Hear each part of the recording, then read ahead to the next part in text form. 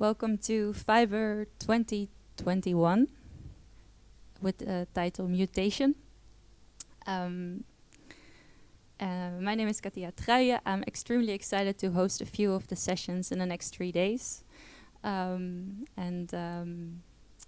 will be covering topics such as how to cope with the idea of our own extinction as human beings, of interspecies communication, or the role of fiction and speculation, and how to understand the worlds that we inhabit. Welcome everyone here in the room, but also all the human beings that are tuning in remotely through the live stream. I think everything is up and running. In a now critical quest for adaptation to a radically changing world, both technologically, ecologically, and culturally as well, this edition of Fiber will offer a wide range of immersive experiences and conversations that all depart from the main theme of mutation. And through this lens, we will examine the ability as well as the inability to shapeshift into new ways of being and adaptation. So scientifically speaking, mutations result from the errors during DNA or fiber replication, and they produce changes in the characteristics of organisms. And the most urgent or pressing examples of mutation are, of course, COVID-19 variants and subsequently the ongoing measures that are put into place to cope with these this mutating virus. But mutation is also the source of all genetic variation. And although mutations can be harmful for an organism, in certain circumstances the effect can be positive as well. It may enable the mutant organism to withstand environmental stresses better, in which case it will tend to be more common through evolution. So how to get a better understanding of the entanglements on this planet and the entanglements that we are part of ourselves? Because as human beings, we are mixed up with other species and we cannot live without them. So how to approach entanglement and mutation both as a condition for life as well as a life threat? We are living on a human-damaged planet contaminated by industrial pollution, and we are losing more species every year, and seemingly without a clear path to grand-scale regeneration. And as argued for in Arts of Living on a Damaged Planet, as we find ourselves in these capitalist ruins, we must maintain enough curiosity to notice the strange and wonderful, as well as the terrifying and terrible, which means working against the singular notions of modernity that brought us here. And to live in this time of climate catastrophe begins with a both humble but also difficult practice of noticing the world around us, the landscapes of entanglement, the bodies with other bodies, and emerging mutations. And for this we can learn both from scientific observation, from critical theory, and arts of imagination. But we have to let go of the rigid segregations between disciplines. So how to commonly repurpose the technologies against the terrors of what we once understood as so-called progress, and instead make visible the entangled landscapes and worlds we have ignored and damaged. And as we are finding ourselves between large-scale and planetary crises, there are many local and situated practices and opportunities to contribute to effective change. So in the next days, Fiber Festival invites us to collectively observe and practice and imagine new structures, stories, strategies, and experiences to find new modes for noticing, changing our habits, and interacting with and adapting to strange or hostile environments. And throughout the talks, performances, and works, we may develop new ecological approaches and understanding of our deeply entangled world. How to move away of the dichotomy between nature and culture, and instead invite speculative and actionable modes of moving towards new forms of coexistence. How to open up to more than human futures. And we will practice this collective reading, observing, and thinking through seven conversations with artists, scientists, and thinkers in the next 3 days, as well as through more experiential formats here at the Tolhuistuin and also at the Muziekgebouw. And along the way, we will stumble, among other things, upon weird fictions, fungal infrastructures, Anthropocene monsters, recordings of black holes, and tactics of biohacking. And maybe to keep in mind, this quote from Anat Singh from The Mushroom at the End of the World: "Without stories of progress, the world has become a terrifying place. The ruin glares at us with the horror of its abandonment, and it's not easy to know how to make a life, much less avert planetary destruction.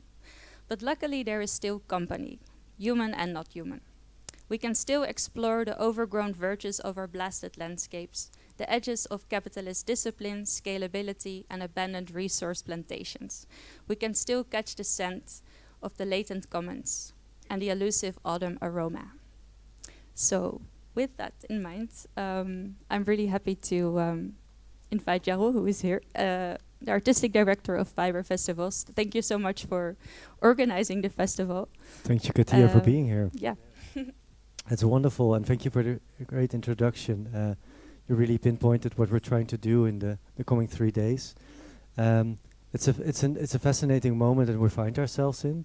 As you described, we constantly also have to kind of negotiate with these mutations, and the moment that we find ourselves in might next Tuesday be very different because we don't know what will happen. But now we find ourselves at the moment that we have to celebrate the moments that we can be together. I'm very happy that we could organize Fiber 2021. Last year, we were able to organize the festival with the theme Instability, which sort of tried to grasp the first kind of ideas about what the impact of climate change is on an unstable planet, or how do we deal with instability also when our technologies are becoming unstable because they heavily rely on that planet that we always thought was stable. There was always somewhere there to grasp from and to use, but is now forcing itself back on us. And I'm really happy that we could now use this as a starting moment to as you said, like start with conversations and to start at multiple levels to unravel how do we get from instability more towards mutation, sort of the inability to cope with this changing environment. Before I hand it over to you to run the first panel, I would like to thank first, of course, our team. They have worked immensely over the last weeks to run this and put it all together. Thank you very much. We're also thank you to our funding partners, Amsterdam Fund for the Arts and the Creative Industry Fund NL, who supported us to again run the festival this year. It's a slightly different festival, or not festival, as we also say sometimes at the office. And it's a starting point of a trajectory which is a bit longer. So mutation starts now, but we also take it towards a festival around the May, where we use this in-between space as a space where the audience and all the artists are also invited to think with us and co-build this kind of idea about mutation and to co-build the festival in some sense. And we thought it was super nice after last year, where we saw that when you put out a theme and then people see it, or they come to the event and artists are working, you're working with artists, we saw that we prepared those themes for quite a long time, but the audience only knows it for the last month maybe or so. So maybe from a sort of sustainability, regenerative, and maybe kind of slowness, we would thought like it would be nice to stick around with this theme and see how we can continue it towards the next festival, and also take all the things that we make, like the incredible design made by Lisa and Irene, to bring that with us and not throw it away directly after the festival. So there are many things that we're reusing, but will also mutate on its own towards May. Thank you very much. The festival part of the talks is opened, 7 sessions as you said it, and please start the first one. Thank you, Jaro. A big hand for Jaro. Yeah, so thank you for opening the festival and for these words on the collaborative effort of Fiber. And speaking about collaborations, we will kick off this space and time for thinking together by looking at collaborations and interrelations between human and non-human bodies in our first session, Mutant Making. And we will do so together with artist Saša Spačal, welcome, and media historian and associate professor in sociology and anthropology, Orit Halpern. Welcome to the room. Thank you so much for joining us. And also joining the conversation here as a respondent is researcher and educator Shiloh Phillips, who will also be moderating the 6th session on Saturday. Let's see how far we've mutated by then. But welcome, and please join me here. So, just to introduce the session, In order to imagine a future that doesn't center humankind, but instead values and cares for the web of planetary interrelations between human and non-human bodies, we have to develop new understandings of entangled living and autonomous systems. Symbiosis, literally living with, is a requirement for life. As human beings, we are mixed up with other species and we are dependent on them. Without intestinal bacteria, for instance, we cannot digest our food, and in our bodies contain more bacterial cells than human ones. Without them, our immune systems do not develop properly. And it's urgent that we start paying more attention to our co-species and cross-species interrelations and to take symbiotic entanglement seriously. But modern industrial progress has persistently denied entanglement, and the ecological simplifications that followed bring threats to livability on this planet. Think of plantations that grow monocultures, the use of pesticides, and denying the intimacies of companion species. And by obscuring our entangled environments in these simplifications, we have to cope with new mutations, viruses, and toxins as industrial chemicals end up in our food, or as the microplastics in our bodies, or sicken human and non-human bodies. And we need to acknowledge our vulnerable entanglements with more than human life and the massive human transformations of multi-species life and their uneven effects. So the modern obsession with rationalization and visualization has turned our planet, as we will learn from the work of Orit Halpern, into a vast medium for computation and as a sensor for data collection. How have we been capturing life on Earth, visualized its possible futures, while developing self-learning systems and integrating technology leading to new forms of entanglement? So we will start the first session with a presentation by artist Saša, Spačal, who has been researching the multi-layered question of how mushrooms can help human beings think about the possibilities of entangled life in capitalist ruins. And her speculative project, Mycomythologies, investigates how humans can learn from fungal underground networks, but also how technologies tend to define what and how we learn from them. And in her work, she aims to evoke forms of inter- and intra-species care. After Saša's presentation, we will tune into the work of media historian and associate professor in sociology and anthropology, Orit Halpern, who will reflect upon how scientists and engineers have turned the Earth into this vast sensor in their creation of the Event Horizon Telescope.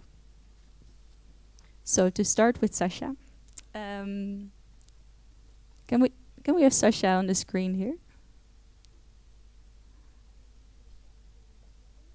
Okay. So then I will slowly introduce the work of Saša, and then hopefully she will appear also here on the screen. Saša Spačal is a post-media artist working at the intersection of living systems research and contemporary and sound art. Her artistic research focuses on entanglements of the environment-culture continuum and planetary metabolisms.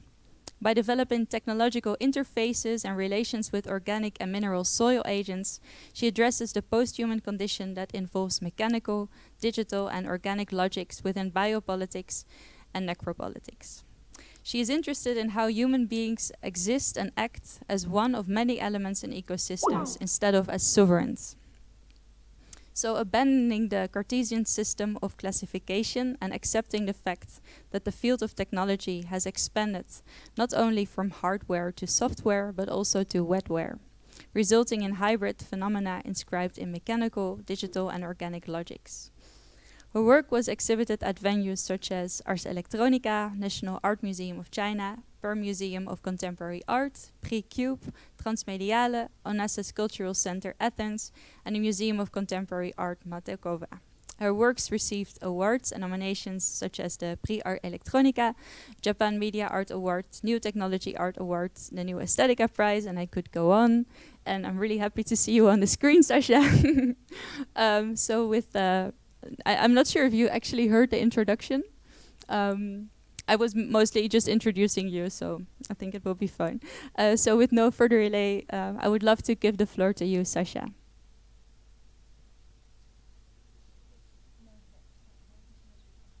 I think we cannot hear you yet.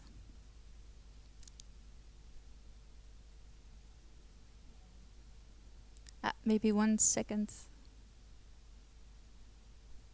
I'm not sure if... Saša, do you hear us? We're not hearing you yet, so I think they're working on it.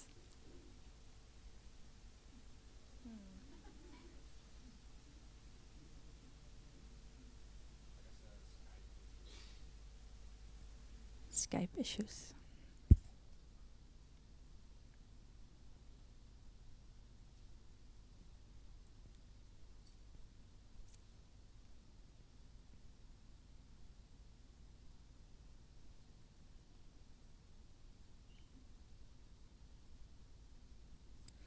So maybe in that case, Shiloh. I'm so happy that you're here. Like in any kind of situation, I would have been happy that you're here, because I think some of the things we will be discussing is also very central to your work. Maybe it would be interesting to, if you like, to give a little context about that, to maybe also kind of already bring that lens in how we will listen to the first talks. Yeah. Sure. Thank you. Well, I'll be happy to be a filler for this moment. So there are several different threads in this, looking at the ways in which the entire planet Earth can be seen as a sensor for understanding black holes, or that zooming into the microbial or the world of fungus, these scales are so much larger and smaller than the human perception. And what I'm interested in particularly is sort of a comparative research between different non-human forms of sensing. And in this, I think it's interesting to look both at the animal, the plant, the rock, all these different things, and the technological. Very often these domains are separated when we research them.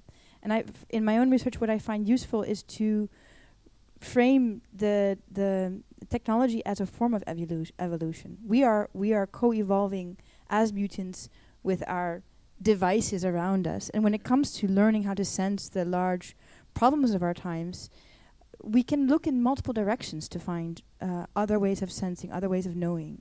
So that's sort of the frame that I take to this one. And I think learning to collaborate will really help, because we have this, I was just thinking about it, we're still stuck in this doubting Thomas mode.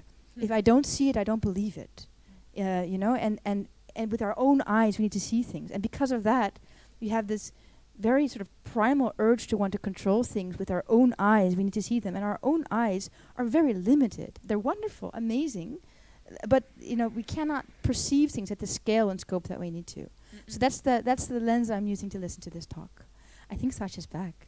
Do you hear Thank me? you, Shiloh. Yes, we do hear you. Oh, I'm so glad. So are we. This is wonderful. Can I give the floor to you, Saša? Yes. Okay. So thank you for this lovely introduction. The part that I heard about the festival on mutation, I think it really set the stage wonderfully.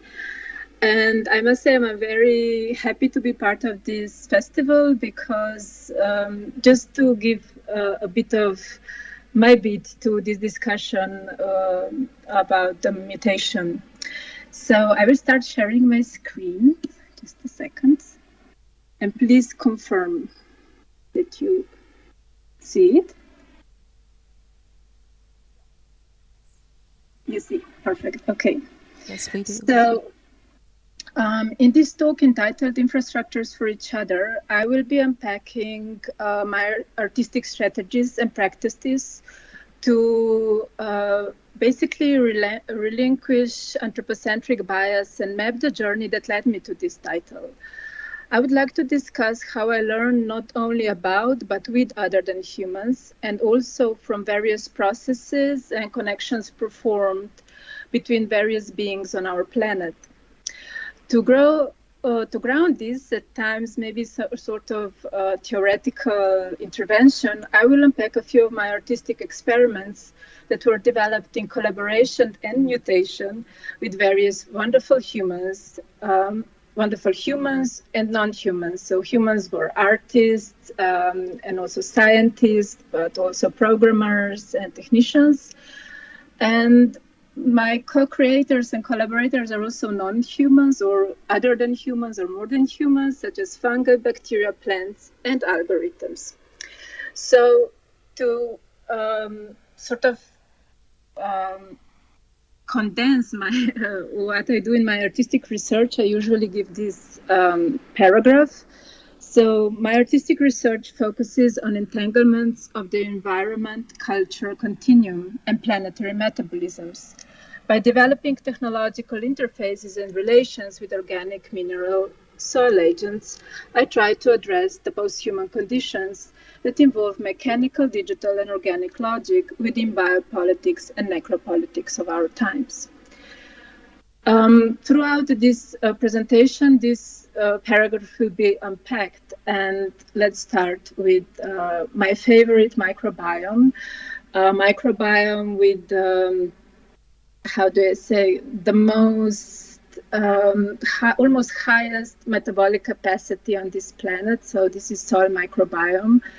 Microbiome is a word you will hear a lot when I talk about my work, because it's this a company of fungi, archaea, and bacteria that do a lot, that are in between all the beings, and it's also sometimes very invisible but very active and transforms a lot. So, and in this microbiome, there are of course fungi and fungal mycelium. I could almost say that these are, the mycelium is my teacher in a way. I say this in most respectful way, because it teaches me to look from micro to macro, but at the same time, it also teaches me how to connect to different beings and how the processes happen between the beings and how they're also fleeting, but at the same time constitutional for any material that emerges from that. So to set the stage, I would like to show how I am understanding the processes of the planet we inhabit from micro to macro scale. Climate scientists, as well as cybernetic theory, have been telling us that we are immersed in feedback loops of connections, which on more simplistic levels might look at as a nice and neat model of relationships as traceable and maybe even controllable reciprocities. However, with the increasing number of connections being performed, the neat model dissolves into an opaque world of complexities and multiplicities, almost impossible to model, predict, and understand. To put it lightly, it all becomes a bit of a big mess of everything. As humans, we of course try to contain this mess or make sense of it with various words and metaphors, such as networks, planetary metabolisms, feedback loops, entanglements, ecosystems. Some of these words even give us the illusion of a clean system that we might control if we just try a bit harder to learn about it more, or develop new technologies and somehow work through the mess and even save the planet on the way. Unfortunately, the ecosystem is not a simple system or a model with precisely measured or defined inputs and outputs like some of the machines we as humans have built and use in everyday life.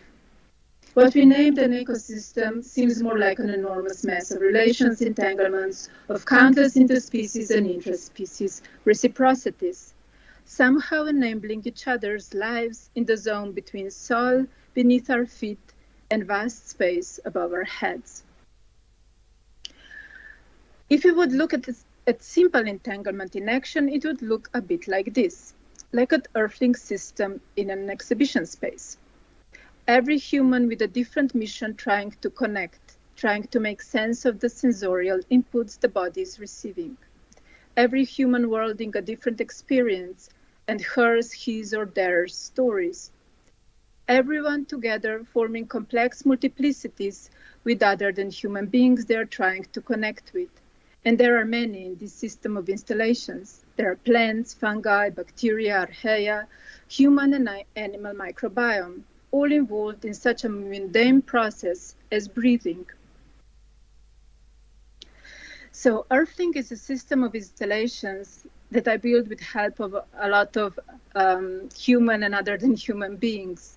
And it involves a simple process as breathing and shows or performs the whole feedback loop and shows how we actually breathe for each other. The system has three main installations, one that we'll go through it, and one is symbiome, the other is inspiration, and the third one, expiration. Between all of these three installations, there is also another system of connections with biomes of different microbiomes of animals, plants, fungi, and other beings. So first, we have to look at symbiosis. Symbiosis, in the most simple meaning, means living together. It's one of the key processes and connections between living organisms, which slides on a spectrum.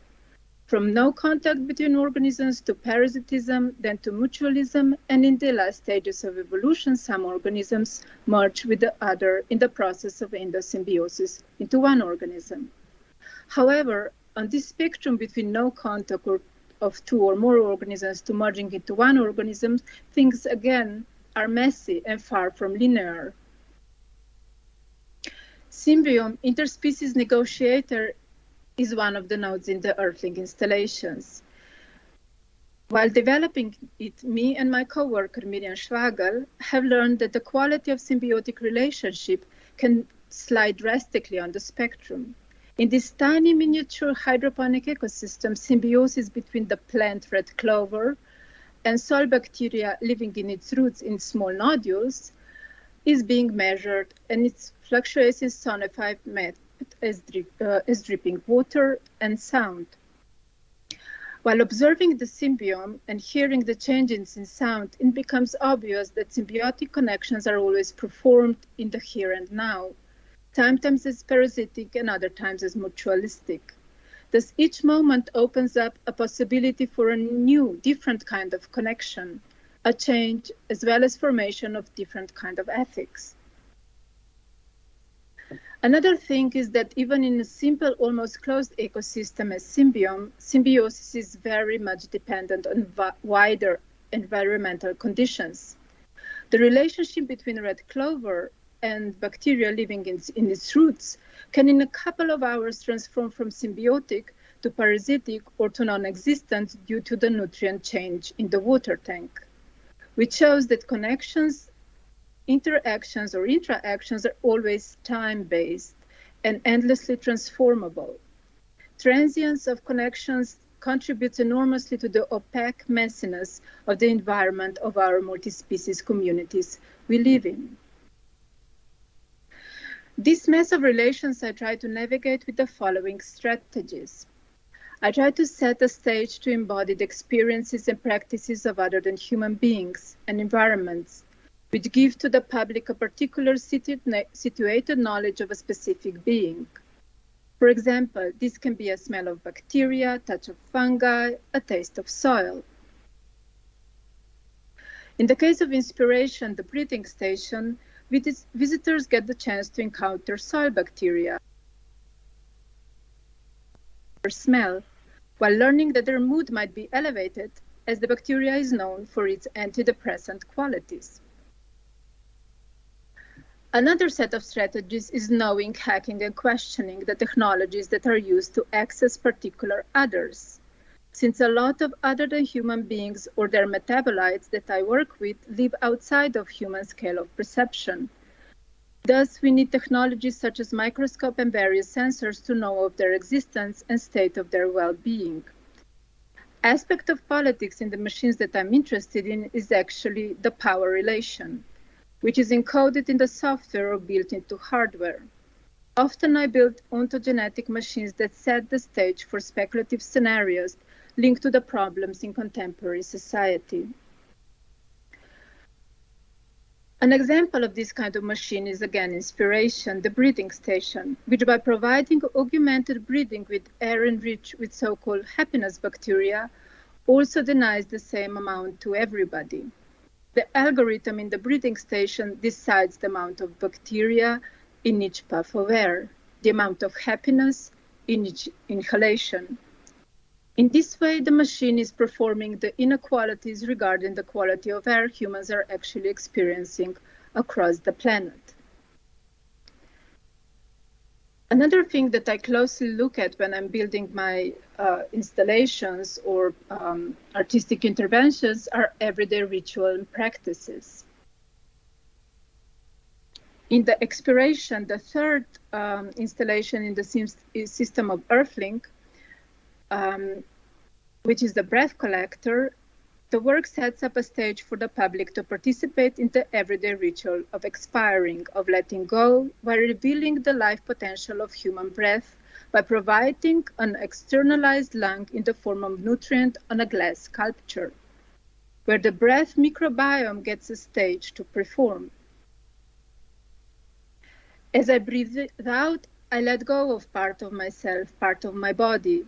I can experience a moment of mourning of what has left the human body, of its transience, but at the same time also healing by knowing it does live on in a different kind of form, a different kind of life. Breathing thus performs a multi-species act. My breath, my expiration gives life to other species. We as multi-species holobionts are breathing for each other and enabling each other's lives. Storytelling and myth-making are another set of artistic strategies that I and my collaborators employ. Both storytelling and myth-making, with its powers of world-making and sense-making, are always connected to everyday practices and rituals we perform. Thus, they are able to function as containers for change and inclusion if we want them to. This would mean that by changing stories, we can change our practices and relationships to other than humans around us, maybe even help them heal a bit. One of our works that has this particular tendency is an audiovisual biotechnological installation, Mykomythology's Patterning, realized in collaboration with sound artist Pim Boril and programmer Matic Potočnik. As with any other mythology, mykomythologies have their own short stories, myths that are the initial inspiration for the works, as well as accompanied text in the exhibition space once the work is exhibited. So this myth comes in the form of a draft, a note for a prototype permit in the World Network's entanglement. What mykomythologies imagines that we are all inhabiting, basically, this global biotechnological network, which is connected numerous nodes on this planet. And this particular node is an infrastructural node that needs a new permit. So this is the node, the myth. The infrastructural node in the World Network's entanglement provides an epigenetic environment for the Heritium erinaceus mushroom. As an offering human healer patternist, Heritium donated her blood, sweat, and tears to braid contamination, dosing it slowly into fungal environment, not to shock, but to nurture, negotiate and form xenopatterns in the central pattern of the entanglement flow. Contamination always eludes control, and so does the node in question. However, there is a wish to include and collaborate, a wish that was built in the node to produce cartographies of contamination, collaboration with an integrated mapping device, collecting micrographs on contamination and chartic maps, and building an ever-evolving, transforming atlas. All this to outline relations, to allow the stories of multiplicities to emerge, to develop caring methods of connecting and entangling, to finally be able to navigate patterns of intra and interspecies complexities.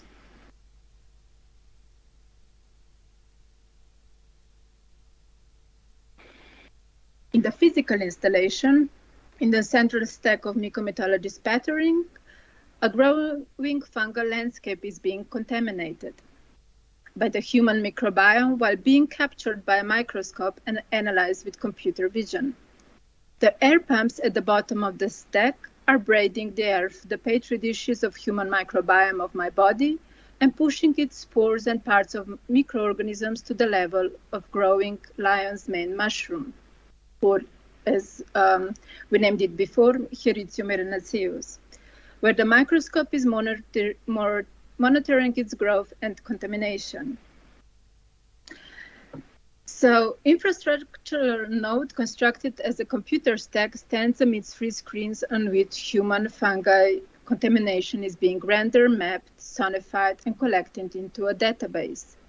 This installation questions if we can see ourselves as entangled rather than as sovereign, reflecting on contamination as productive exchange between different life forms, but also if we're able to incorporate it in the infrastructures that we're building and using, if we're able to incorporate both contamination, but also protocols of care and nurture as well.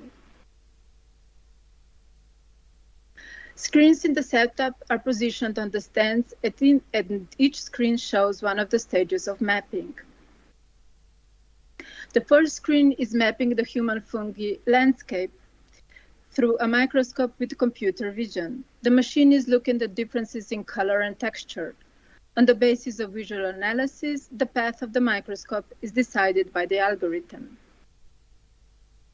The second screen draws a map on the basis of micrographs from the microscope. Cartographic lines are being drawn where the difference of colors and textures are detected. And the third screen is collecting maps into the database, named Atlas of Collaborative Contamination, a never-changing atlas, never fixed and always in progress. Through all my artistic experiments, I started perceiving artworks as a complex polyphonic biotechnological gatherings. Collaborative contaminations, where sometimes particular mediums and beings are being summoned to perform a particular ritual for particular aim. Video essay mycomethodologies infrastructures for each other, created in collaboration with Caitlin Bryson, summoned human, mycelial, and computer vision agencies to join together in performance of entanglement, providing the understanding that the practices of human and other than human infrastructures are made with and informed by one another.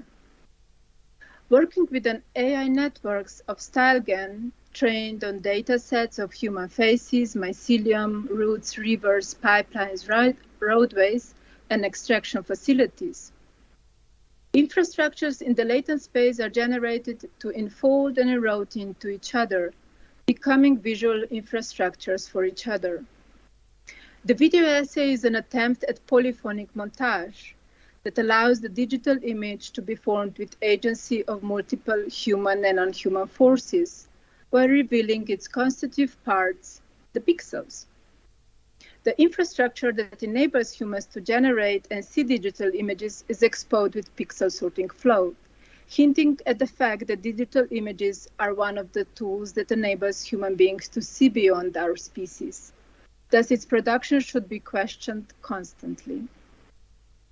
As works in mycomethodology series, also this video essay, has a story, this time in the form of a poem that I would like to read to you now and share a few screenshots of the video essay.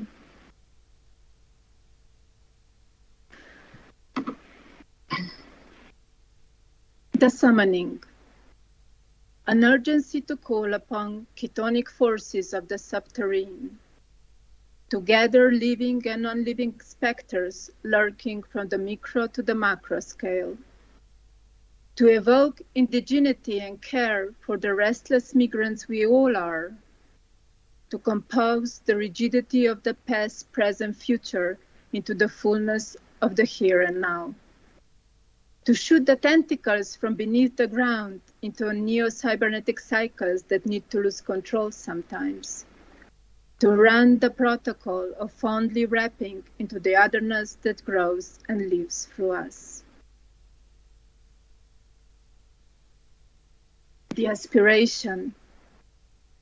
Sometime, somewhere, out of yearning, polyphonic gathering arises, summoned to the time-space of emerging evolutions, emptied for the next loop, step, leap, or crawl, summoned to perform the ritual of humans, fungi, and machines, entangling human thought, fungal motion, an algorithmic drill. Summoned as performing infrastructures, as objects that create the grounds on which other objects operate. Summoned to loop, to collect, to see, to train, to think, and to loop again.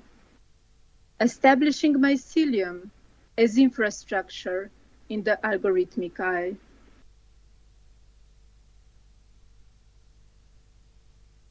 The process: to loop, to collect, to see, to train, to think, and to loop again. To loop, to collect, to see, to train, to think, and to loop again. To loop, to collect, to see, to train, to think, and to loop again. To loop, to collect, to see, to train, to think, and to loop again. In the ritual, as humans, we use tools in the cyber loops, invoking algorithms into assemblages with images, teaching the code how and what to see, curating computer vision with our aspirations, feeding the database to see so we could see differently. Lines, roads, veins, hyphen rivers. Lines, roads, veins, hyphen rivers. Lines, roads, veins, hyphen rivers. The infrastructures. Connections crystallizing and forming, mirroring all as infrastructural beings. Mirroring all as mycelial compositions. Connecting nodes into networks, unfolding scales into relationships, negotiating pixels into lines, transporting support into cycles. Looping into being infrastructures for each other.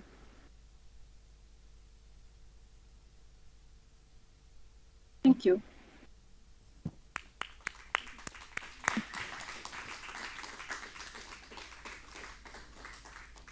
Thank you so much for your presentation, Saša.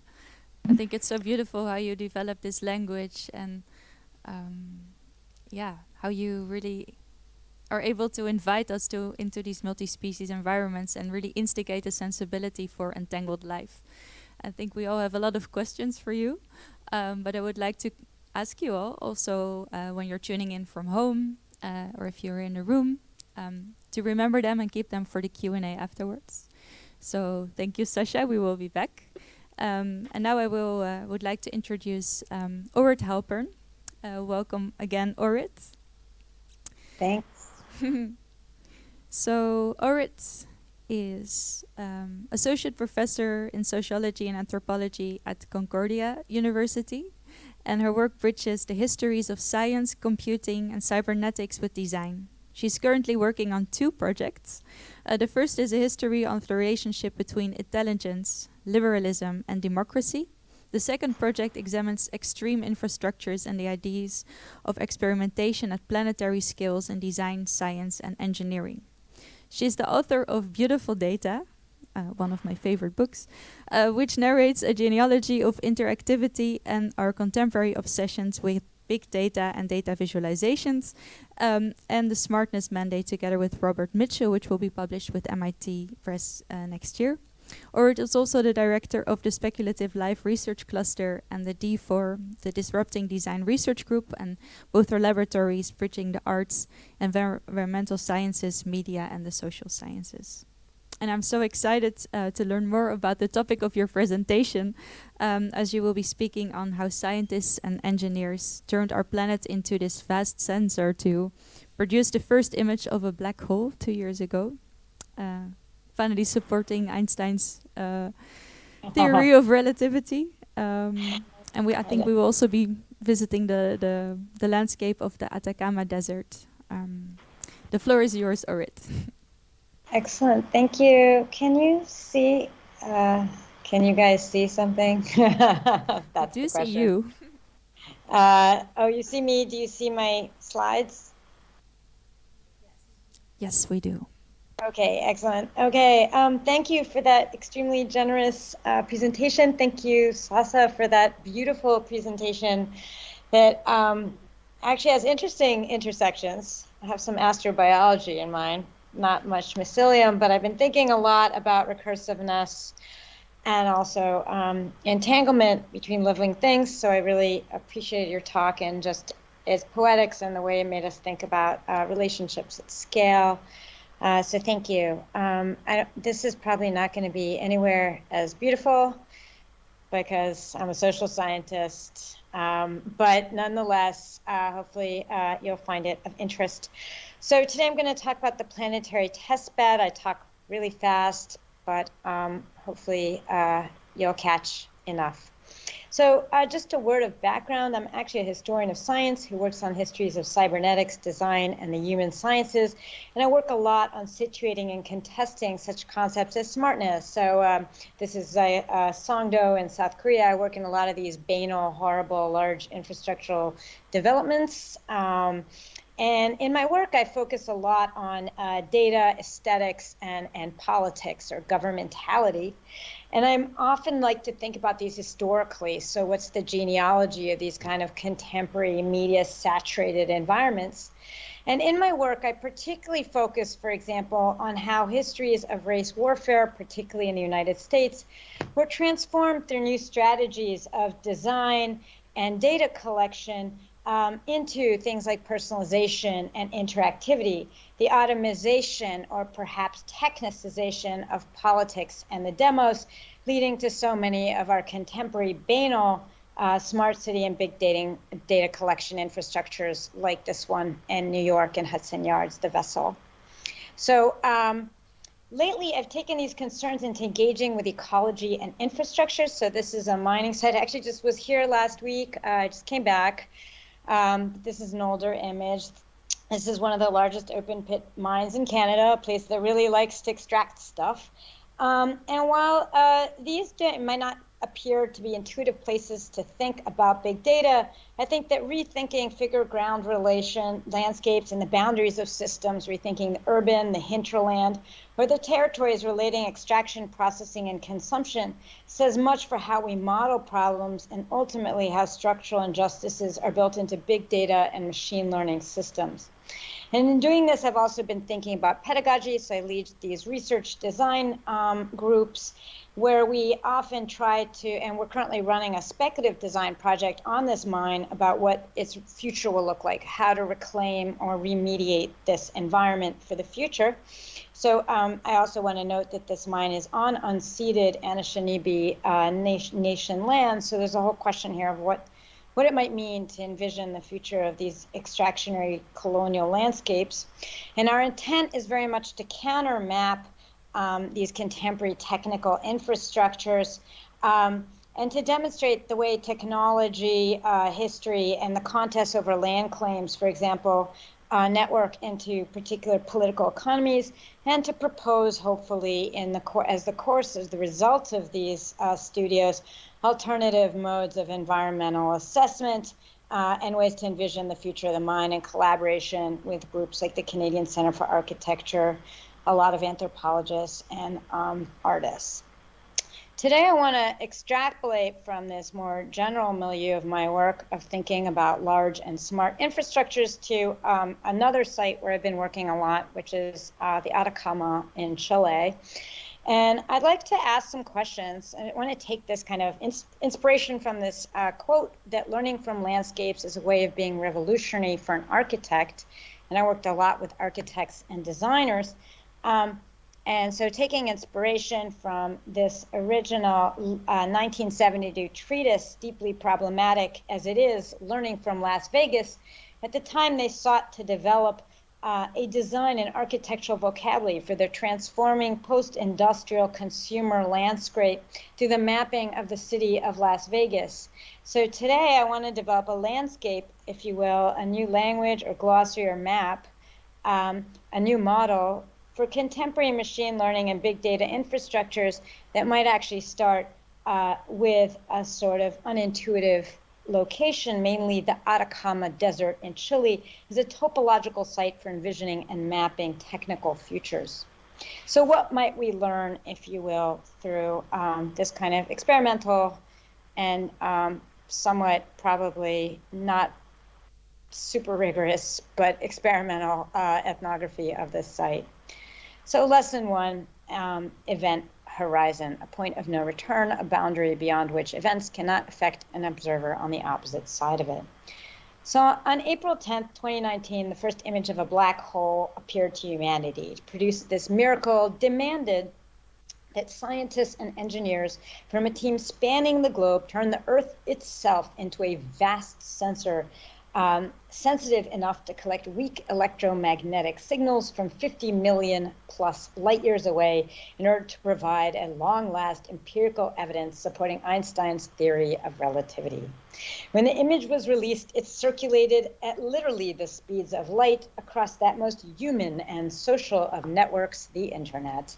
Comments online ranged from amazement to vast frustration in that the black hole did indeed look just like we thought it might. The comments range from awesome, amazing, mystical, capable of making humans fall in love, end quote, jockeyed with anticlimactic, really, and it looks like the eye of Sauron from Lord of the Rings.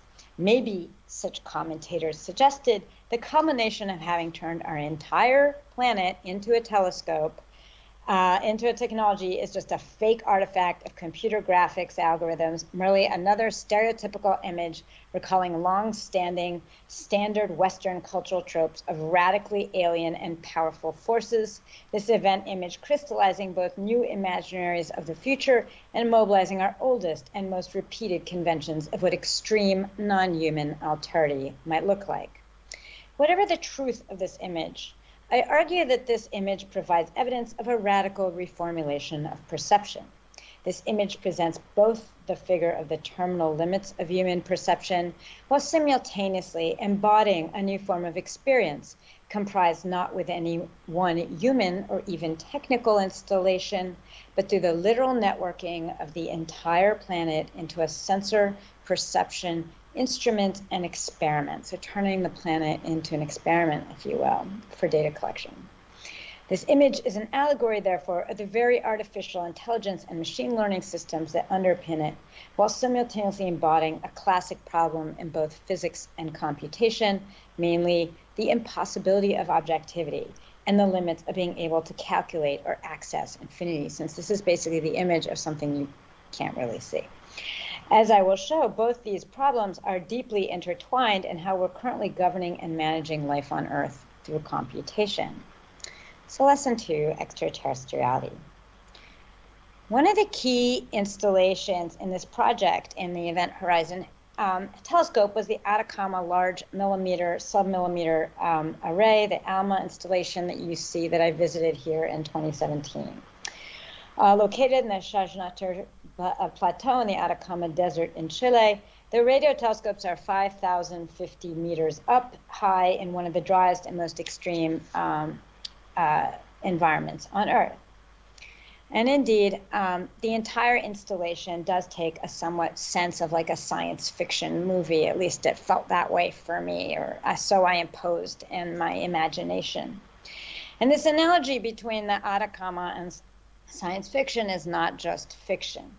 NASA and many other space agencies use this desert to test equipment, train astronauts, and study the possible astrobiology, the future planets we will colonize. If the event horizon is the point of no return, the Atacama is the landscape of that horizon, the infrastructure for imaginaries of abandoning Earth and never returning to the past. But again, this is an irony, for ALMA collects history. These telescopes, every signal processed there is eons and eons old, millions, if not billions of light years in time-space. To process the most ancient of signals demands, of course, the latest in machine learning methods and other analytic techniques. These data sets are utilized in partnership, for example, with companies like Microsoft and other similar organizations as training sets for their complexity and difficulty to clean noise from signals, and as environments providing sites for testing algorithms and experimenting with both new approaches to supervised and especially unsupervised learning. Having never seen a black hole and never being able to, what should we look for? Our machines will help us decide. What is even stranger is to process this data, figure ground relations, are actually confused. The official tour guide explained to me that these telescopes contain units at the base that are the temperature of deep space in order to isolate and process signals from space and separate them from the quote-unquote noise of the earthly atmosphere. In this installation, data is literally being recontextualized or contextualized, which is kind of an interesting concept, at least for me, in an environment being built within the experimental setup. The furthest outside of Earth being recreated within these machines. But perhaps this is the lesson of all scientific experiments. We create environments that are always already artificial and make nature from them. And if we take the event horizon as the allegory for our present, where we have turned the Earth, into the medium for information gathering and analysis, then this is even more true. The sites of data production, data gathering, and analysis are increasingly blurry, the planet, if you will, as media. Which brings us to lesson 3, energy. The Earth as medium is a truism in the Atacama that takes many forms. An often repeated adage is that Chile is copper. Copper is in almost every machine, the conductor of all our electricity. The Atacama has some of the largest copper mines on Earth, of which you're seeing here, Chicacamata. Copper is also an industrial material. It also rests, although perhaps for now, on an industrial economy. Copper markets are still relatively unleveraged. Unlike some other energy, material, and metal markets, there is little futures or derivative action. As a commodity, it suffers from modern economic concepts of business cycles, and its political economy is seemingly still grounded in terms like GDP and GNP, along with concepts stretching from Thomas Malthus and Adam Smith in the 18th century of resource limitation, scarcity, demand, price, and above all, population and nation. In Chile, copper is equated above all with nationalism. It's like a matter of national pride, these mines. Under Pinochet, these mines were actually unionized, which actually might come contrary to what you might expect. And the state corporation Codelco continues to smelt all the copper. This rather surprising history for a dictator whose name is synonymous with Milton Friedman and the Chicago Boys emerged from an alignment with right-wing nationalist authoritarianism and neoliberalism, but the nationalism kind of buffered the unions. So we should also be looking for new types of connections and rethinking our models also of how we're thinking about right and left and politically through this location. But a few miles from Alma lies another landscape of extraction materials and energy. This one is linked to stars and the future. SpaceX, Tesla, and high-tech industries that in theory will eventually replace the vestiges of our old heavy industries and carbon-based economies. And all of these new things bank on the Atacama. For in this desert also lies the new gold, or even the new oil, if we will. The future Saudi Arabia, I'm told by business journals and newspapers, the Salar de Atacama. These salt flats bear lithium. This is the most light of metals, the future supposedly of both machines and energy. The medium that will replace the carbon futures that financial markets and nations have so heavily bought into and leveraged. So in place of the post-carbon, we will now get these beautiful beds. And the beds are indeed beautiful. They are created just by they're created by the lithium is just bought to the surface. It's never mixed with anything. So you're just going by here. These are the lithium fields in the Salar de Atacama as I was driving by them. So water is pumped through, the salt comes up, and it just basically dehydrates, we're told. Alejandro Bucher, the technical manager of the installation, takes us on a tour. He tells us lithium is environmentally excellent. Almost no chemicals are used in the process. The extraction of lithium is solar powered. It's just a brine that's kind of pumped up from right beneath the surface of the desert and left to dehydrate. The sun dehydrates the water and draws off the salts. A pure process, except it drains water. And this is the driest place on Earth. He assures us, however, that the latest expansions in technical advances will optimize the problem. Better water evaporation capture systems and planned desalination plants will reduce the impact on the desert, which, as I mentioned, is the driest on Earth. And these brine waters, and here you see flamingos, and there's also special bacteria that live in this brine. They're also the springs for supporting a very fragile ecosystem, so of shrimps, bacteria, and flamingos.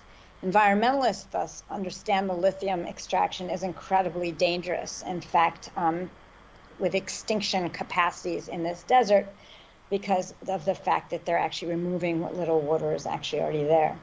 And inquiries have gone into the environmental impact of the fields, and the general process of assessment has been critiqued as opaque.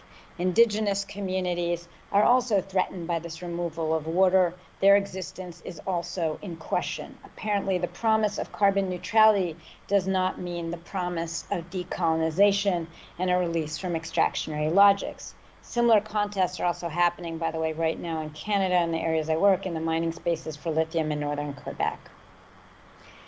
What Pinochet never did, privatizing mining, is now fully privatized with lithium. While Sociedad Química y Minera, SQM, is Chilean, that's the company that runs this particular field I visited, SQM has been attacked for anti-trade union practices, and unions are fighting to label lithium a matter of national security so that the state can better regulate the material. These corporations also partake in planetary games of logistics around belt roads and resources. In 2018, the Chinese corporation Timecodes acquired a 24% share of SQM, essentially coming to dominate the corporation. While the government continues to monitor the situation and demand limits on Chinese participation in the name of national security, and you've probably heard about these national security lists every country is coming up with now around materials, the situation continues to fluctuate. These games also demand ever more privatized water supplies. Water is a massive commodity. And here's a Veolia plant from Abu Dhabi, but the same corporation will now be building them in the Atacama. The largest desalination plants on Earth will soon be built in the Atacama, as well as to fuel the mining by the global syndicate Veolia. This new infrastructure and corporate actors merging high tech with salt and water in order to support our fantasies of eternal growth, so that we may drive our super clean cars and eventually arrive to the stars in order to extract ever more materials. These salts, however, are also fragile infrastructures for unique ecosystems. It is in the service of imagining a future on other planets that drives another group of scientists, astrobiologists, to study the bacteria in these brines. These bacteria have evolved differently. The extreme salts of the condition might offer clues, these scientists tell us, of life on Mars. These cellular creatures hold the key to survival in space and to the liveliness that might exist on other planets. We cannot expect to be alone in the universe, and these bacteria allow us to envision, in their novel metabolisms and capacity to live under pH conditions lethal to most other organisms, another way to live. These beds, the astrobiologists, cannot be taken away to make batteries. They harbor our key to space, the way to terraform. Lesson 4, optimization. The lithium mines, more than anything, suggest new attitudes or maybe practices to boundary making and market making. They demonstrate a move from perfect stabilities of supply and demand to the plasticity of another order of algorithmic finance and logistical management. The relationship between these very different and radically shifting territories of mining, salt harvesting, and astronomy can therefore only be realized in the turn to mathematics. This turn, these sciences are unified at the Center for Mathematical Modeling at the University of Chile, located in Santiago, some 1,600 kilometers south. It's one of the world's premier mathematics research centers for applied math and mining. And a few days later, I visit there. In the lecture room, we're brought to hear the presentations. A number of researchers presented to us on themes of how machine learning, big data, and complex modeling might transform mining. One of the lead scientists in mathematical modeling is trained in optimization and game theory. He explains that the center's mission is to bring the best in mathematical modeling to bear on questions of mine optimization, discovery, and supply chain management. Cheapening and improving exploration is critical, as it is the most expensive and difficult part of the extraction process. This new optimization economy is also aligned, as I'm told there, with rethinking mining unions and labor. The hierarchies of mines have to go, to be instead managed by regular feedback loops derived from billions of sensors and automated systems that sense and decide the best actions, the best manner to ventilate, heat, cool, dig, chemically separate, mix, dispose, and scavenge through material. The space of mining open to the space of math and abstraction, making Terran limits plastic, scavengeable, optimizable, and ultimately grounded in the math of physics and astronomy. In fact, I would argue that we're moving into a post-optimization zone, a world where despite limits, smarter infrastructures are understood not only to make systems resilient, but actually more productive than they've ever been, super optimization.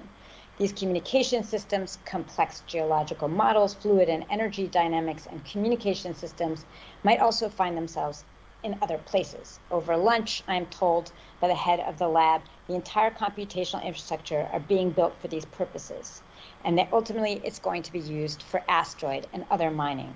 Goldman Sachs released a report almost synchronically with my visit, arguing for the future of asteroid mining in April 6, 2017. Sachs was bullish on it. While the psychological barrier, the report noted, to mining an asteroid is high, the actual financial and technological barriers are far lower. Spacecraft and space travel is getting cheaper, and asteroids could be grabbed and hauled into low Earth orbit, offering endless opportunity and unlimited resources. Back on Earth in Santiago, researchers speak of how astronomy's wealth of data and complicated analytics can be brought to bear on developing the complex math for geological discovery and simulations of mine stability and resources for use in other locations. This discussion also indicated a shift in economy, perhaps from extraction to what I would say is super optimization or a scavenge economy. Vast arrays of sensors, ever more refined chemistry, and reorganized labor and supply chains are developed whose main function is to produce big data for machine learning that will, in theory, rummage through the tailings, discarded materials, supplementary and surplus substances of older extractive processes in order to reorganize the production, distribution, and recycling of materials in order to find more where it is constantly running out. So the ore qualities are very, very low today, but there's this constant effort to be able to eke more material out of existing material. So these computational industrial assemblages create new economies of scavenging, such as the search for other materials in tailing ponds, like you're looking at here, or the reuse of these waste materials for construction or other purposes currently in vogue globally. In this logic, the seeming final limits of life and resources become instead an extendable threshold that can be infinitely stretched. One might argue this optimization is the perverse parallel of the event horizon. If one watches a clock fall into the event horizon, all one will see is time forever slowing down. The horizon will never be reached, history eternally deferred. In a grotesque mirror, futures are always being deferred through big data, financial algorithms, and machine learning practices. Except we're not traveling at the speed of light, and the Earth is not a black hole. Rather, these practices make crisis an impossibility and blind us to the depletion of the ecosystem and the many peoples who live there. Which brings me to the end of my talk. Lesson 5, temporalities. The desert I visited, therefore, is both a site of new capacities to recognize new forms of life, for example, in astrobiology, or new maths for fluid and materials dynamic in the real-time monitoring and modeling of massive mines, or to produce new images of the universe. The Atacama Desert is perhaps always dying, its flora and fauna vanishing. But as engineers in SQM tell me, the new technologies will allow them to optimize water usage, to recycle and collect what evaporates, and to make water in the desert. What was once a limited, finite resource in the desert, water is now elastic, optimizable, and the environment is fortified and made resilient. The new minerals and economies of space and lithium, envisioned to replace the older metals and energies of industrialism, will all also be run on algorithmic finance markets, hyper-speculation, and embrace of transformation and shock. Resource limitations and catastrophic environmental events are no longer understood as a crisis necessitating a response through expertise and Milton Friedman-style fiscal policies, but rather as ongoing processes that can be incrementally experimented with and addressed through endless adjustments and manipulations in time and data collection. But time and data can be manipulated in many ways. Back on Earth, there's a film that came out in 2010, Waiting for the Light by Patricio Guzman. In the immediate aftermath of the coup on September 11, 1973, where Allende was removed by Pinochet, there was a subsequent torture and disappearance of thousands and the exile of nearly 10% of the population. The paramilitaries stalked Chile, traveling in a Puma helicopter from detention site to detention site, the so-called caravan of death, and you can find these memorials all over the Atacama.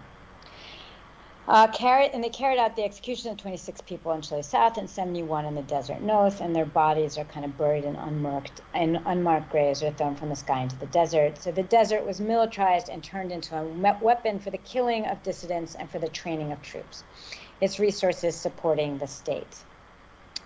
Guzman parallels the search for bodies by mothers of these lost dissidents killed by Pinochet with astronomers watching and recording the stars in the Atacama's high-altitude observatories. The wave millimeter arrays had not yet been operational. Above all, his theme is that the landscape is a recording machine for both human and inhuman memories, the trace of stars 50 million years away, and the search for loved ones within human lives. The implication of the film are that the desert itself provides some other intelligence or maybe memory not only for humans. When I hear of scientists speak of the possibility of real-time decision-making in mining and the optimization of energy and materials through the perfection of sensor technology and big data at the mine, I hear a dual fantasy of stretching finite resources into infinite horizons through big data and artificial intelligence. I also hear a smaller, more embodied parallel fantasy of a new form of experience and cognition no longer nested in single human bodies, whether those of laborers or expert economists, and rather bequeathed to large networks of human and machines. This is a long-running fantasy or concept of machine learning. Since the 1950s, machine learning has been about revising cognition, but also what might denote human history or perception. For insofar as most machine learning methods require training data, computers in principle are trained on what is in essence a population, a group experience, not just one individual's. Experience has moved outside of the individual. It's the data set, the environment, the sensor system that becomes the object of design. That is, though each human individual is limited by that set of external stimuli, a computer can draw on huge databases or training sets to work at the level of populations rather than individuals. This makes me wonder about the condition we live in and its link to AI and artificial intelligences that have fundamentally positioned experience as a matter of extra-human or personal relations, perhaps even beyond Terran experiences. We've turned our whole planet into a device for sensing the deepest, coldest space, the first wager and perhaps the biggest gamble we are taking as a species. If optimization is the event horizon of the earthbound ecology, the very limit of historical imaginary of economy, by making it difficult to imagine running out of materials or suffering catastrophic events, then the event horizon appears as the very image to replace the finitude of the Earth. In a pessimistically optimistic vein, however, might this also be the final possibility to undo the very fantasies of modern imperialism and anthropocentrism? There's hope in those small specific signals found in the black hole from eons ago, beyond human, even Terran time. The reminder that there are experiences that can only emerge through the global networks of sensory and measuring instrumentation, that there are radical possibilities in realizing that learning and experience might not be internal to subjects, but shared. And so I end on a kind of note of the recent political protests in Chile that perhaps we might see as kind of organized through electronic networks. So I'll end there. Thank you.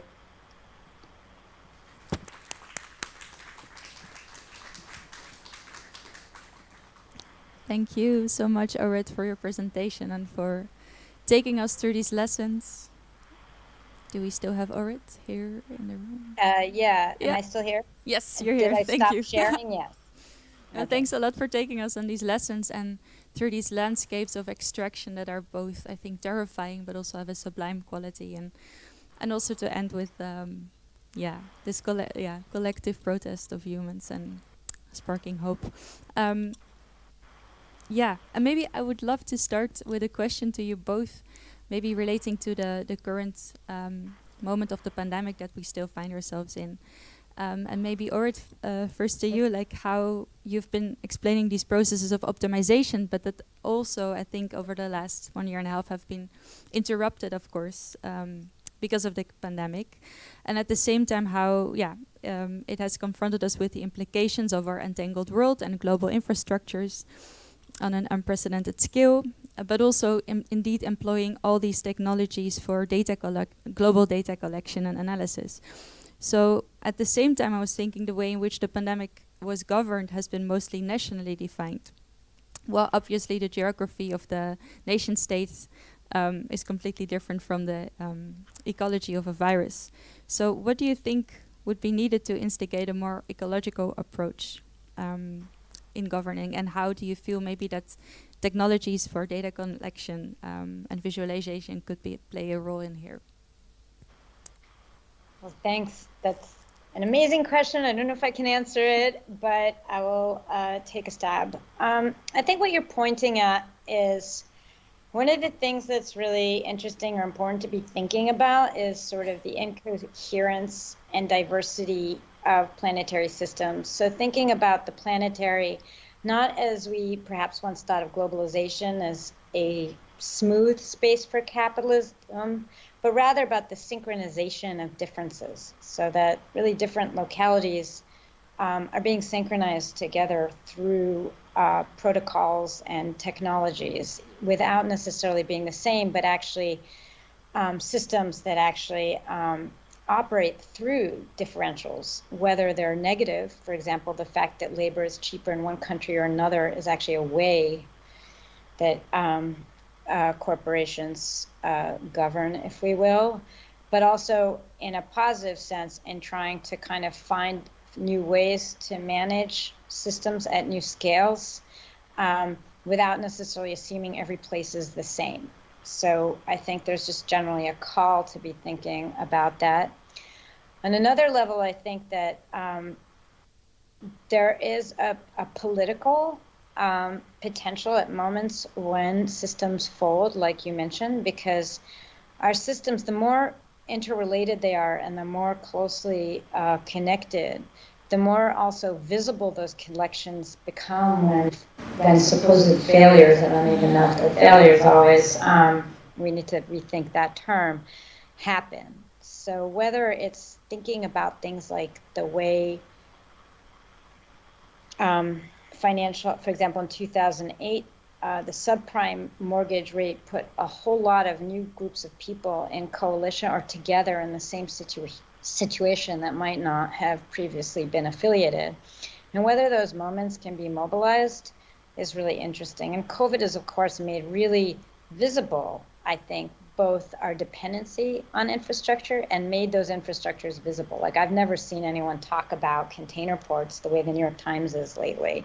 So these things are also potential opportunities for us to be thinking about what we can do with that kind of visibility and consciousness around infrastructure and logistics.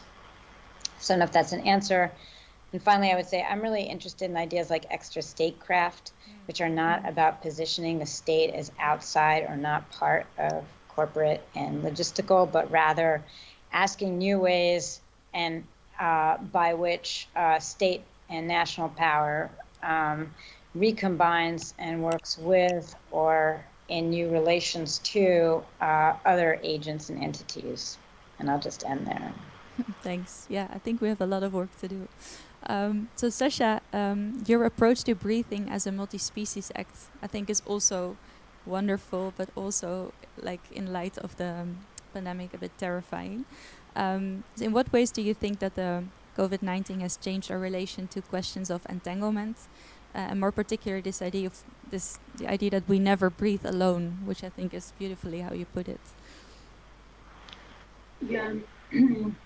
Actually, we also before COVID, we never breath like alone. So that was it was always there. But in a way, this like the COVID situation just gave us actually a stage to accept that and acknowledge that, and like in a lot of levels, a lot of things, of course, socially, politically, and all that. But because of that, now we know we have to do something, and now we know that the particular rituals and practices that we do every day, like, I don't know, wearing the masks and all that, like these are just ways of dealing with the situations that we're in. And I think this kind of situations will come up a lot. So to acknowledge that we are in this relationship, and as every relationship, it has downs and ups, and it can give us benefits or not, we still need to negotiate the right kind of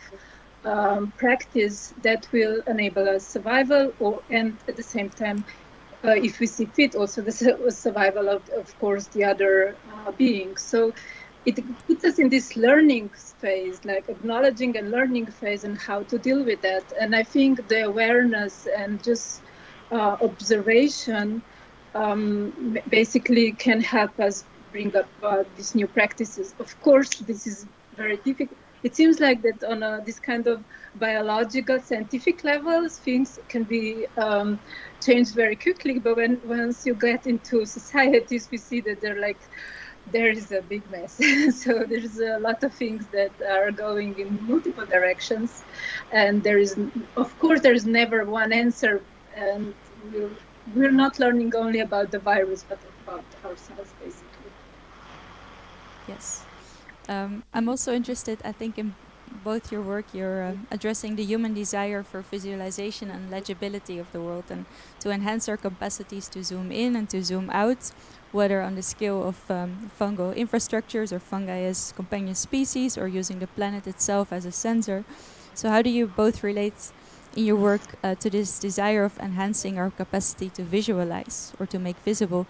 And actually for this, I think, Shiloh, this is also one of your lens. Maybe if I can jump in here before you respond. My question is as an educator primarily first here.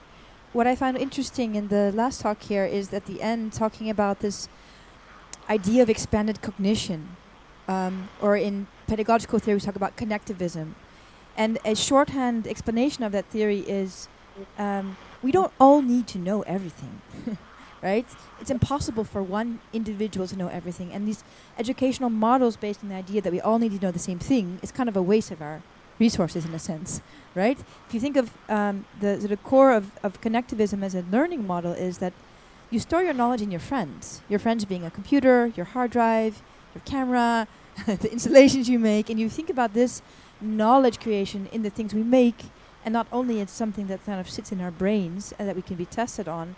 It's a whole different way of looking at things.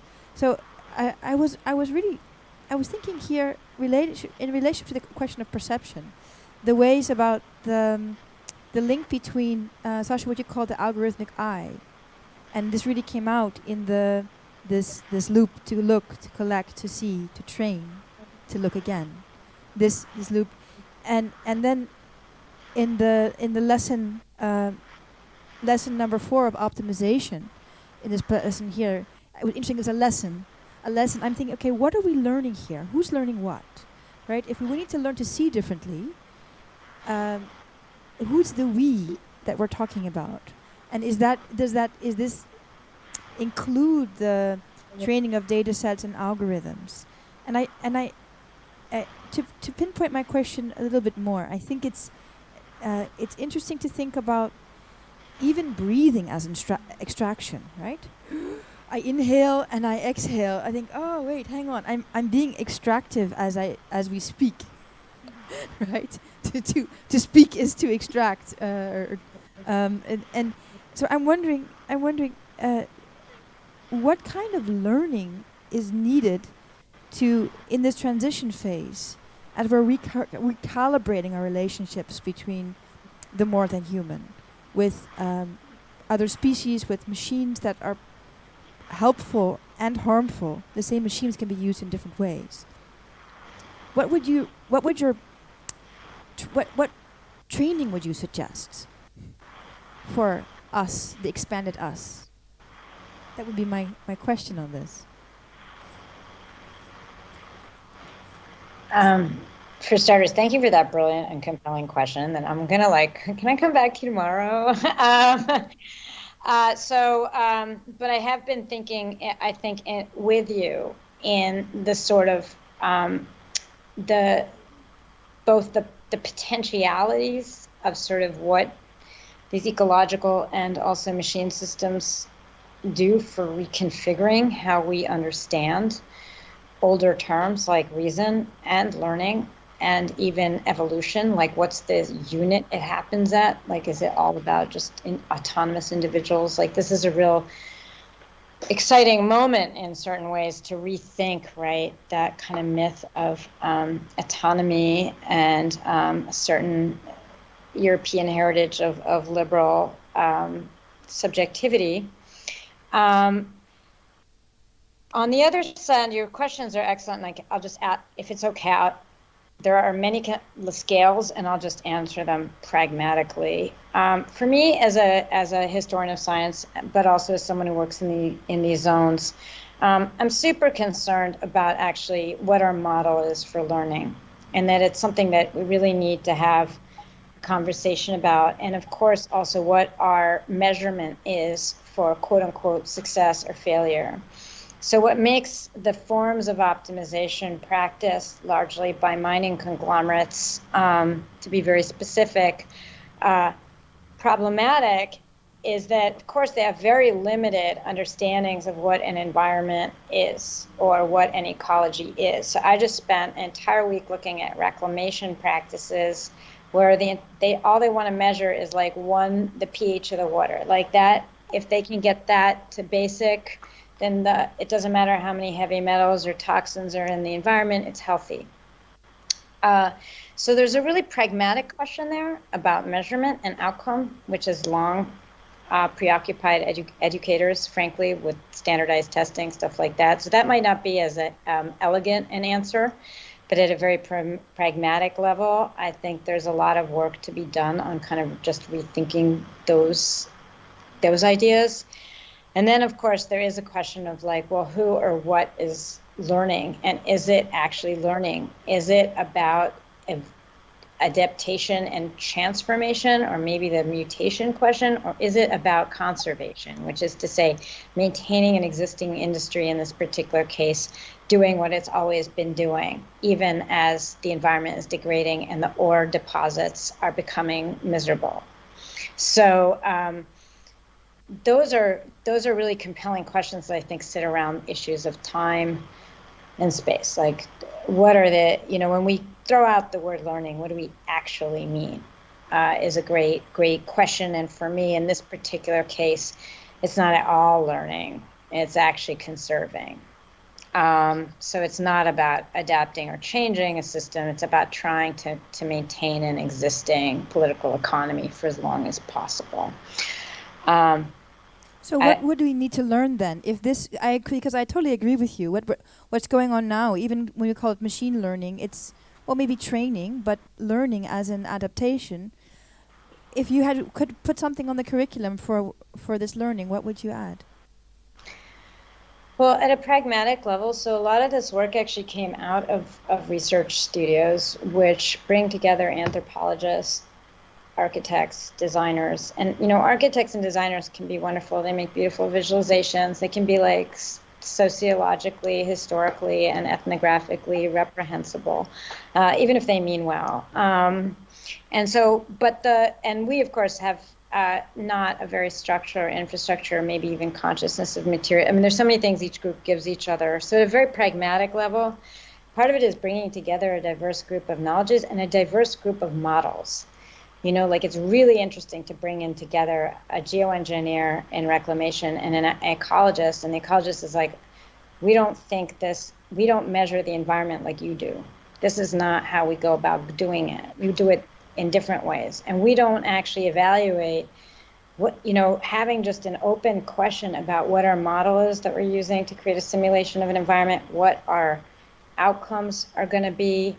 These are really wonderful places where people come together and learn about the basic assumptions and ideologies that underpin each of our practices, which we all have. So I don't know if that's like a That's like not a complex answer, but I do think that that's what the classroom needs to do. It needs to be an experiment in the sense of really challenging the models that we're deploying in whatever field or whatever field of practice. I mean, it doesn't have to be a disciplinary question. And to kind of try to actually find ways to work on new types of questions that force us to also really transform our practices. You know, it's not just one thing where I come in and talk about this, and you talk about doing relational breathing and thinking about Mercursia, and that we go off. Is it something about like I have to think about how that the model Saša showed us changes how I understand infrastructure and what I would look at next time I go out and do research. Thank you so much for that, Orit. And thank you both, Saša, Orit, and Shiloh, for this beautiful thinking together. And unfortunately, we have to wrap up for this session. But I'm promising you that we will have a lot to discuss here in Amsterdam before we move on to the second session of today, in which we will discuss xenofutures with Adriana Knopf and Mary Magic, which will be moderated by Hilda Muchafari. For those who are turning in remotely, there will also be the mutation stream, including a selection of experimental films, which explore familiar and unfamiliar realms. Thank you again, Saša, Orit, and Shiloh, and we'll see you shortly. Thanks. Thank you. Thank you. Questions and engagement.